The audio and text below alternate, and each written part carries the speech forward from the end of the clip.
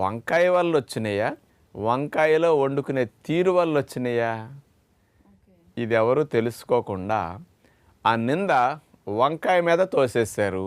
రాత్రి వంకాయ కూర తిన్నాం, ఉదయానికి తేడా వచ్చేసరికి ఏం తిన్నామని ఆలోచిస్తే నైట్ తిన్న వంకాయ కూరే గుర్తొస్తుంది. వంకాయ వల్ల ఇట్లా రావట్లేదు, వంకాయ వండుకునే తీరు వల్ల ఇలా వస్తాయి అన్నమాట.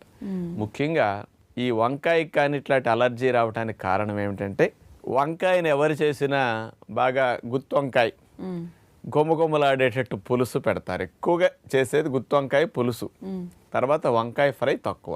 ఈ పులుసులు వండినప్పుడండి సహజంగా చింతపండు గొజ్జు తీసి పోస్తారు. ఏ వంటలో చింతపండు గొజ్జు ఎక్కువ పడిందో ఆ వంటల్లో ఆ పులుపుని కవర్ చేయటానికి, తగ్గించడానికి కారం ఎక్కువ పడుతుంది, మసాలా ఎక్కువ పడుతుంది, నూనె ఎక్కువ